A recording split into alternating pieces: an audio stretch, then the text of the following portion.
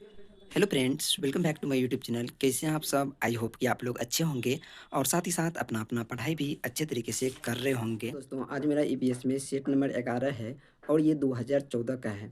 और दोस्तों, इससे पहले मेरा 10 सेट पूरा कंप्लीट हो गया है। यदि आप लोग वो सेट नहीं देखे हैं तो ज़रूर देख लीजिएगा। और दोस्तों, आज का यहाँ से पीवाईक्यू सेट पहला स्टार्ट करते हैं। उससे पहले दोस्तों, आप लोगों को इस वीडियो पर जो है बस 10 लाइक कंप्लीट करना है, तो प्लीज़ आप लोग वीडियो को लाइक एंड चैनल को ज़रूर सब्सक्राइब करिएगा। और दोस्तों, आप लोगों को ये वीडियो कैसा लगता है आप लोग कमेंट करके लास्ट में ज़रूर बताइएगा। तब आज का क्वेश्चन यहाँ से पहला स्टार्ट करते हैं। दत्त कार्य के संबंध में निम्नलिखित में से कौन सा कथन सत्य है? तो ये दत्त कार्य से संबंधित जो है दोस्तों, अब पहला ऑप्शन में है, दत्त कार्य अभिभावकों, भाइयों या बहनों द्वारा अपनी क्षमता के अनुसार किया जा सकता है। प्रतिदिन विविधता और अभ्यास कराने के लिए कक्षा कार्य और गृह कार्य के रूप में दत्त कार्य देने की आवश्यकता है। तीसरा, दत्त कार्य आकलन का एकमात्र तरीका है। ये एकमात्र तरीका नहीं, तो ये ऑप्शन तो बिल्कुल गलत हो जाएगा। और चौथा ऑप्शन है, दत्ती कार्य बच्चों को सोचने, खोजने, अपने विचारों का निर्माण करने और उन्हें उच्चारित करने का अवसर प्रदान करता है। दत्त कार्य का जो संबंध जो है, इसका सही ऑप्शन जो है बिल्कुल डी हो जाएगा, क्योंकि इसमें बोल रहा है कि खोजने, विचार करने का जो है अवसर प्रदान करता है बच्चों को। बच्चों को जो है ज़्यादा से ज़्यादा अवसर प्रदान करना है, तो इसका सही ऑप्शन जो है डी बिल्कुल सही हो जाएगा। उसके बाद दोस्तों, अगला प्रश्न है, पर्यावरण अध्ययन की कक्षा में सरल प्रयोग और अ, निदर्शन किए जा सकते हैं। पहला ऑप्शन में है, कक्षा में अनुशासन को सुनिश्चित करने हेतु बच्चों को नियंत्रित करने के लिए, बच्चों को स्वयं सीखने के योग्य बनाने और अवलोकन कौशल को पैना करने के लिए। यह ऑप्शन जो बिल्कुल सही लग रहा है, लेकिन आगे भी देख लेते हैं। उसके बाद अगला ऑप्शन है, उच्च कक्षाओं में किया जाता है उसका अनुसरण करने के लिए, बच्चों द्वारा पूछे गए प्रश्नों पर आधारित विचार पर चर्चा करने और अवलोकन को दर्ज करने तथा उनका विश्लेषण करने के लिए। तो इसका ऑप्शन नंबर बी बिल्कुल सही हो जाएगा। बच्चों को स्वयं सीखने, बच्चों को जो स्वयं सीखने के लिए देना है, उसे ज़्यादा से ज़्यादा अवसर देना है, तो ये ऑप्शन जो बिल्कुल भी सही हो जाएगा। और उसके बाद दोस्तों, अगला प्रश्न है, दुर्गा दुर्गा एक गांव में रहती है और लकड़ी या गोबर के उबले का ईंधन इस्तेमाल करते हुए चूल्हों चूल्हा पर खाना पकाती है। पिछले 3 महीने से उसे तेज खांसी आ रही, इसका कारण हो सकता है। उसको जो खांसी आ रहा है उसका कारण हो सकता है, पहला ऑप्शन में है, उसको झोंपड़ी के अंदर बाहर प्रदूषण था, वृद्धावस्था है, वो वृद्धावस्था में नहीं, तो ये ऑप्शन तो बिल्कुल गलत हो जाएगा।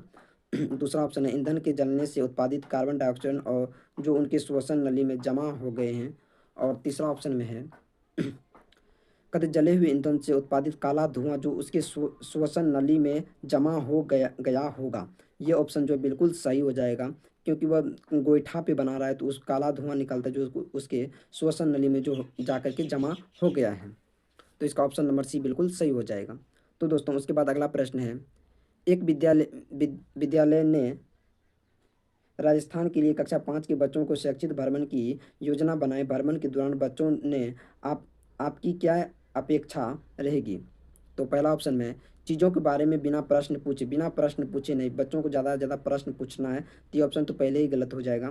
और दूसरा है, उसे आनंद उठाना चाहिए। आनंद के साथ साथ उसे मतलब आगे कुछ सीखना भी चाहिए, तो ये ऑप्शन भी गलत हो जाएगा। और तीसरा ऑप्शन में है, उन्हें ध्यान से अवलोकन करना चाहिए, टिप्पणियाँ दर्ज करनी चाहिए और बाकी बच्चों तथा शिक्षण के साथ अपनी अवलोकन को बाँटना चाहिए। तो ये ऑप्शन जो ऑप्शन नंबर सी बिल्कुल सही हो जाएगा, क्योंकि इसमें जो बच्चों को आगे मतलब सीखने के लिए मिल रहा है, टिप्पणियाँ करने के लिए मिल रहा है, तो ये ऑप्शन बिल्कुल सही हो जाएगा। उसके बाद दोस्तों, अगला प्रश्न है, रीना अपने घर का कूड़ा नीचे दर्शाती है, जो कि पहला में है, केले का छिलका, सब्जी के छिलके, सूखी पत्तियाँ और अखबार। दूसरा बॉक्स में है, जैम की बोतल, सॉस की बोतल, उपयोग में लाई गई टूथब्रश और प्लास्टिक के खिलौने। तो रीना ने दो डेरिया में कूड़ा निम्न आधार पर अलग किया। पहला, तो पहला ऑप्शन में दुगंध है, दुगंध रहित है। दूसरा, अपघटित होने वाले, अपघटित नहीं होने वाले। और पूर्ण चक्रित किया जा सकता है, पूर्ण चक्रित नहीं किया जा सकता है। घरेलू कचरा और औद्योगिक कचरा। ये जो है दोस्तों अपघटित है, ये कि जो सड़ गल जाएगा तो ये अपघटित हो जाएगा। और ये जो है अपघटित नहीं होने वाली, ये जो है सड़ेगा गलेगा नहीं, क्योंकि प्लास्टिक है, तो ये तो सड़े और गलेगा नहीं। तो इसका ऑप्शन नंबर बी बिल्कुल सही हो जाएगा, क्योंकि ये अपघटित, ये सड़ गल जाएगा और ये नहीं सड़े गलेगा। तो इसका ऑप्शन नंबर बी बिल्कुल सही हो जाएगा। उसके बाद दोस्तों, अगला प्रश्न है, दोपहर के भोजन अवकाश के बाद पर्यावरण अध्ययन पढ़ाते समय आप यह पाते हैं कि बच्चे पाठ में रुचि नहीं ले रहे हैं, आप क्या करेंगे? बच्चों को कहेंगे कि वे डेस्क पर सीट रखकर आराम करिए, उसे तो आराम करने के लिए नहीं बोल सकते, तो ये ऑप्शन बिल्कुल गलत हो जाएगा। दूसरा ऑप्शन में है पाठ को रोचक बनाने के लिए बहुआयामी बुद्धि बुद्धि पर आधारित दृश्य दृश्य श्रव्य सामग्री का उपयोग करना चाहिए। तीसरा, प्रकरण को तुरंत बदल देना, प्रकरण को तुरंत नहीं बदलना, ये भी ऑप्शन गलत हो जाएगा।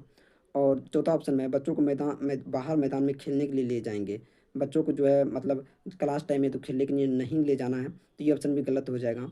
इसका सही ऑप्शन हो जाएगा कि उसे बहुआयामी बुद्धि पर आधारित सामग्री का सर्वीय सामग्री का जो है उपयोग करना, मतलब खिलौने से, मतलब उसको सामग्री से जो है प्रयोग करेंगे, तो इसका ऑप्शन नंबर बी बिल्कुल सही हो जाएगा।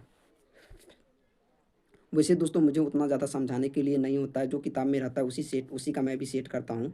तो इससे जो मेरा भी रिवाइजिंग हो जाता है और आप लोगों का भी रिवाइजिंग हो जाता है, क्योंकि ये जितना भी सेट है सबको मैंने कंप्लीट कर रखा हूँ।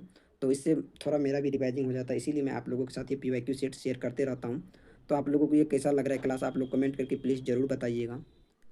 तो दोस्तों उसके बाद अगला प्रश्न है, पर्यावरण अध्ययन के शिक्षण के रूप में आप बच्चों को चिड़ियाघर ले जाने की योजना बनाते हैं, आप बच्चों को निम्नलिखित में से कौन सी गतिविधि करने की अनुमति नहीं देंगे? इनमें से जो है आपको चार ऑप्शन में कौन में से जो है आपको अनुमति नहीं देना है?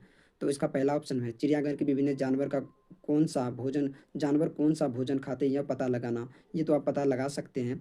और दूसरा ऑप्शन में है चिड़ियाघर में जिन जानवरों को वे देखें उनको फ़ोटो एकत्रित करना, आप फ़ोटो भी एकत्रित कर सकते हैं। तो ये दोनों ऑप्शन तो सही हो जाएगा, लेकिन इसमें बोल रहा है कि नहीं देंगे। और तीसरा ऑप्शन में है चिड़ियाघर में उन्हें जो देखा उसका चित्र बनाने के लिए उनकी ड्राइंग की कॉपी को साथ ले जाना, ये भी आप साथ ले जा सकते हैं। तो ये तीनों ऑप्शन जो है बिल्कुल सही हो जाएगा। उसके बाद चौथा ऑप्शन है चिड़ियाघर के जानवरों के लिए बहुत सारी खाने की सामग्री ले जाना, तो ये आप नहीं कर सकते, क्योंकि इसमें बोल रहा है कि नहीं, तो आप चिड़ियाघर में जानवरों के लिए बहुत सारी सामग्री नहीं ले जा सकते, इसका ऑप्शन नंबर डी बिल्कुल सही हो जाएगा। उसके बाद दोस्तों अगला प्रश्न है, बीज अंकुरण की अवधारणा को इस तरह सबसे बेहतर तरीके से पढ़ाया जा सकता है। पहला ऑप्शन में है अंकुरण बीजों की फ़ोटो दिखाना, फ़ोटो दिखा करके तो आप नहीं पढ़ा सकते सिर्फ, तो ये ऑप्शन गलत हो जाएगा। और उसके बाद अगला ऑप्शन है कक्षा में अंकुरित बीजों को दिखाना और अंकुरित की प्रक्रिया को स्पर्श करना। तीसरा, बोर्ड पर चित्र बनाते हुए अंकुरण के चरणों को प्रदर्शित करना। चौथा, बीज बोने, अंकुरण के विभिन्न चरणों का अवलोकन करने और उनका चित्र बनाने की गतिविधि को बच्चों को निष्पादित करने के लिए कहना। तो इसका जो सही ऑप्शन हो जाएगा ऑप्शन नंबर डी हो जाएगा, क्योंकि इसमें बीज बोने, अंकुरण से लेकर के मतलब उनका चित्र बनाने और बच्चों को निष्कासित करने के लिए कहना, क्योंकि इसमें जो बच्चा खुद से ये सब करेगा तो ये बेटर होगा, और इसका ऑप्शन नंबर डी बिल्कुल सही हो जाएगा। उसके बाद दोस्तों अगला प्रश्न है, मीरा और दिव्या छोटी छोटी लड़कियां हैं, मीरा समोसा, चॉकलेट और डबल रोटी खाना पसंद करती है, जबकि दिव्या ऐसे भोजन पसंद करती है जिसमें लोह तत्व की कमी है। मीरा और दिव्या को निम्नलिखित बीमारियों में से क्रमशः कौन सी बीमारी होगा? ये मीरा जो समोसा और चॉकलेट खाता है उसको तो दोस्तों मोटापा हो जाएगा, और जो लोह तत्व यानी कि दिव्या जो है लोह तत्व वाला की कमी है, तो उसको जो है एनीमिया हो जाएगा। तो इसका ऑप्शन नंबर सी बिल्कुल सही हो जाएगा, मोटापा और एनीमिया। उसके बाद दोस्तों अगला प्रश्न है, नींबू साधारण पानी में डूब जाता है लेकिन नमकीन पानी में तैरता रहता है, क्योंकि क्योंकि जो है दोस्तों नमकीन पानी का घनत्व साधारण पानी के घनत्व से जो है अधिक रहता है, तो इसका ऑप्शन नंबर बी बिल्कुल सही हो जाएगा। उसके बाद दोस्तों अगला प्रश्न है, कहते पके हुए चावल रेफ्रिजरेटर में अपेक्षाकृत लंबे समय तक परिरक्षित किए जा सकते हैं, क्योंकि क्योंकि जो है दोस्तों ये कम ताप पर रोगाणु निष्कर्ष हो जाते हैं, ये कम ताप पर रोगाणु निष्कर्ष हो जाते हैं, इसका ऑप्शन नंबर बी बिल्कुल सही हो जाएगा। उसके बाद दोस्तों अगला प्रश्न है, रक्त की जांच द्वारा किसकी उपस्थिति से मलेरिया की पहचान होती है? मलेरिया की जो दोस्तों पहचान होती है वह लाल रक्त कोशिका में मलेरिया परजीवी के द्वारा होता है, तो इसका ऑप्शन नंबर ए बिल्कुल सही हो जाएगा। और उसके बाद दोस्तों अगला प्रश्न है, पर्यावरण अध्ययन की कक्षा में अवधारणाओं को स्पर्श करने के लिए कविताओं और कहानियाँ कथन का प्रयोग करना जो है दोस्तों स्थानीय एवं विश्व स्तर पर संसार की प्रकृति को खोजने और कल्पना करने की योग्यता का विकास करने में मदद करता है, तो इसका ऑप्शन नंबर सी बिल्कुल सही हो जाएगा। और दोस्तों आज का 14वां प्रश्न है, कहते किसके नेतृत्व में जो है चिपको आंदोलन पर बल दिया गया था? तो दोस्तों चिपको आंदोलन को जो बल दिया गया था वह सुंदरलाल बहुगुणा के नेतृत्व में किया गया था, तो इसका ऑप्शन नंबर ए बिल्कुल सही हो जाएगा। उसके बाद दोस्तों आज का 15वां और लास्ट क्वेश्चन है, विटामिन एक ऐसा पदार्थ है जो विटामिन एक ऐसा पदार्थ है जो हीन ताजनीय रोग से बचाव के लिए थोड़ी मात्रा में आवश्यक हैं। तो इसका ऑप्शन नंबर डी बिल्कुल सही हो जाएगा।